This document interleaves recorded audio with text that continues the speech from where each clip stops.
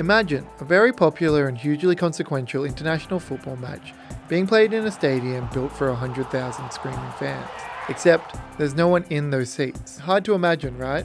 Well, it has happened before, and there's questions being raised whether or not it could happen at this year's FIFA World Cup. It's an autumn night in September 2021 at Mexico's Azteca Stadium, which routinely seats 87,000 fans. But for this match between Mexico's national team and Jamaica, it's empty. It wasn't some COVID precaution, but a precaution against Mexico's fans. After continuous warnings from FIFA against abusive behaviour, match officials noted continuous homophobic chants directed towards opposing keepers at matches across the country. So FIFA stepped in, telling Mexico it can host matches but without spectators. That's what happened when Mexico and Jamaica walked out on the pitch to empty stands. It marked a shift in FIFA's latest push to stamp out abusive behaviour at football matches, which was amplified at the 2024 FIFA Congress in Bangkok, when the organisation made its pledge to rid football of racism. Here's FIFA President Gianni Infantino's address to the Congress. We cannot accept anymore what is happening in the stadiums, what is happening on the pitch, and those who still believe in the world, anywhere in the world, that they can still behave in a racist way when they are dealing with football, when they are attending a football game, when they are playing a game. Those who believe that, they must know that we don't want them.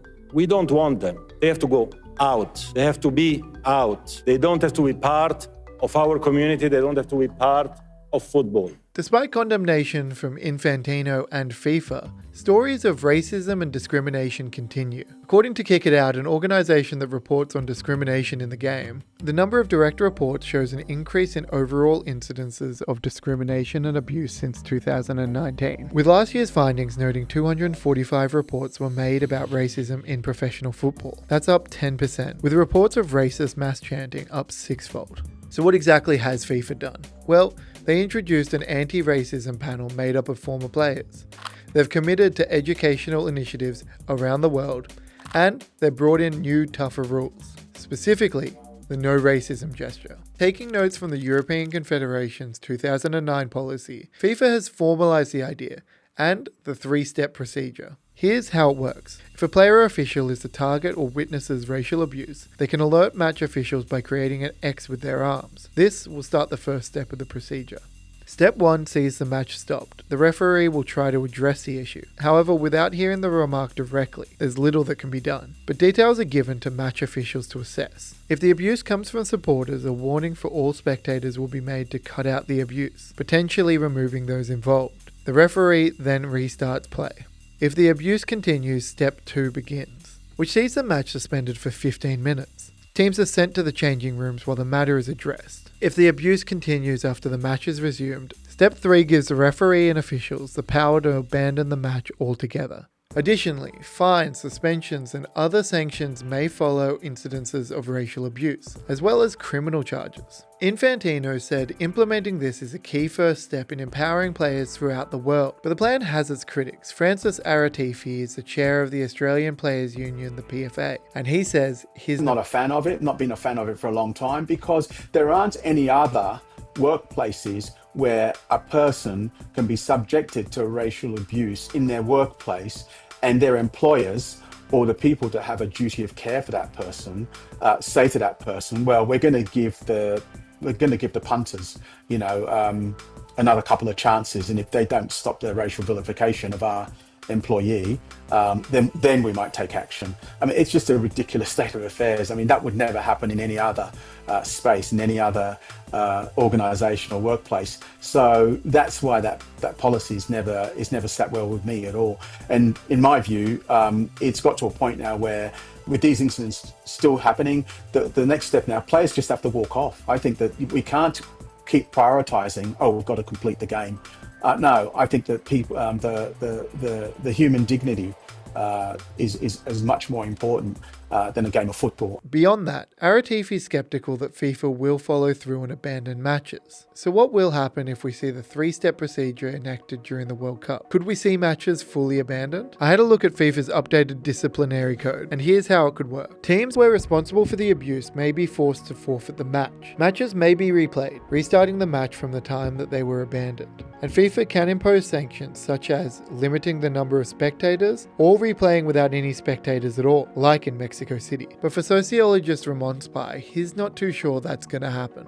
How do we ensure that those who experience racism, for example players, actually don't feel kind of not taken seriously or not actually supported in the process, which has often happened where actually those who have actually stood up and, for example, have tried to use the gesture, the no racism gesture, or the 3-step procedure, for example, a referee, they're bumping up against systems that have huge commercial imperatives, such as the game must go on, right? Because it's live televised. There's a lot of talk about zero tolerance policy, which exists on paper, but in practice, unfortunately, we see many cases where actually that isn't really enforced the way it should be. And therefore, kind of what message does that send, right? So it sends a message that even though we say that racism is kind of unacceptable, we often downplay it or kind of like to conceal it and recede it from view because it's very uncomfortable for the sport. Earlier this year, a high-profile incident saw the no racism gesture used, and it led to FIFA making some changes.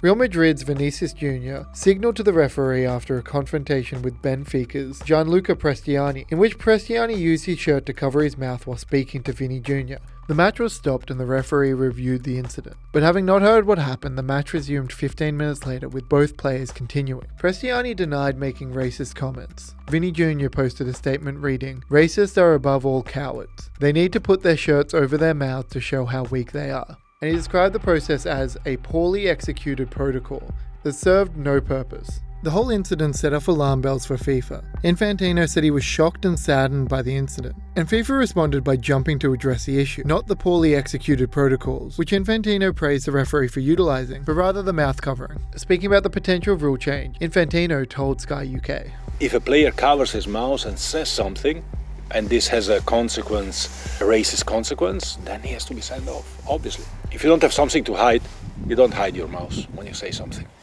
That's it. As simple as that. And last month, FIFA formalised the new rule. If players cover their mouth during a confrontation, the referee can send them off with a red card. I asked Spy about the policy, and he said, It's a tricky one, isn't it? We know it's obviously sort of based on a recent incident, so I can see that. And in that case, I think that would have been very useful if they had been able to really have greater sanctions sort of in that particular case. Again, it's a tricky one. I understand, for example, I know that players often cover their mouths for very legitimate reasons. I mean, they live in a hyper-mediatized, like everything will be picked up in any word that they utter. And so I get that. Yet it's a tricky one, but I actually generally am in favor of that particular measure. And let's see how it plays out. I might be proven wrong. So I'm really, really curious there how that will actually play out. And again, how will that be enforced in practice? But for Aratifi, the new rule only addresses part of the issue. Well, FIFA have got to take it seriously. They've got to stop doing these piecemeal, patchwork type of policies. The problem is that the whole construct around anti-racism, the way FIFA's dealt with it, as I said, it's around PR. It's around trying to look good rather than, hey, let's really try and address this problem in a substantive way, in a really serious and in-depth way. I think that you need to look at it overall as in a big piece. That racism isn't just around people saying bad words about someone else. That I think a lot of people, their understanding of racism tends to be, it's calling somebody a bad name, or that the person doing the vilification, that person, the perpetrator, is someone who's ignorant, and they have some sort of personal moral failing, and that makes them think like that. Whereas I think that it's a bit more to it than that. There's also a societal component to this around the fact that we live in a racialized society. Racism is systemic, it's structural, it's historical, and it's cultural, and so all of those things. And so racism is the way that it's through the way that we enforce race the construct of race through things like policies, laws, practices, the way we think about those things. And so we need to have a bigger conversation around that rather than just, that guy said a really bad name to someone on the field, so we've got to have criminal sanctions, or we've got to fine them a lot of money, and we've got to ban them for a long time. It's a bigger conversation than that. Along with the changes to mouth covering last month, FIFA also announced a new policy for when players walk off the pitch in protest to a ref decision. It comes after Senegal left the pitch during the Africa Cup of Nations against Morocco. The team felt the penalty decisions by the referees were not being made fairly, and after arguing with the officials, left the pitch for 14 minutes, before returning to the field and winning the match in extra time. That was in January, and since then the African Confederation stripped Senegal of their win, and awarded the cup to Morocco, ruling that by leaving the pitch, Senegal forfeited the match. And so FIFA's move is to formalise the rule across all competitions. To say leaving the pitch in disagreement with the referee or officials will lead to a forfeit. However, there may be some unexpected consequences. Those competing or conflicting kind of messages exist, unfortunately, and they sit quite uneasily, in my view, with each other. So more consistency of messaging there is important. That, hey, in some cases, actually, this is completely justified. And we will really back the players who do so. FIFA is prioritising the completion of a football match in the face of people's human dignity being violated and trashed. And that's just not acceptable, because a football match is not more important than someone's human dignity. And so if you're gonna try to constrain people or decent people from taking the right action in the face of their human rights and their human dignity being trampled, then I think that says a lot about FIFA as an institution. Now, following the rule changes, FIFA has also announced a series of messages that will be seen in stadiums across the tournament. Football unites, no racism, unite for peace and education, and be active. It comes after criticism last year over a lack of messaging around no racism and no discrimination at FIFA's Club World Cup, which was also held in the United States. Despite being seen at the Women's 2023 World Cup in Australia and New Zealand, and being featured prominently at Qatar 2022, it's been welcomed by those who were skeptical that the move was intentional and political. For Ramon Spy, the change is exactly what FIFA needs. There's been real strong criticism of FIFA for the fact that they withdrew some of the anti-racist messaging at the Club World Cup in the United States. Sort of trying to navigate the tricky political terrain. But in doing so, again, it sends the message that, hey, this is not sort of an unconditional kind of demand that we have, i.e. Zero tolerance. It's conditional upon where it's played, who the hosts are, which stakeholders, because we don't really want to offend anyone. We don't want to get in tricky situations, and particularly we don't want to damage any commercial kind of interest, right? And so that straight away creates a very complex situation. So I think that courageous leadership of, hey, this is actually what we stand for. It's not just commitment, but it's actually shown in action, right? So actions speak louder than words, and doing that consistently. I think that's a big part of all of this that sort of brings it all together.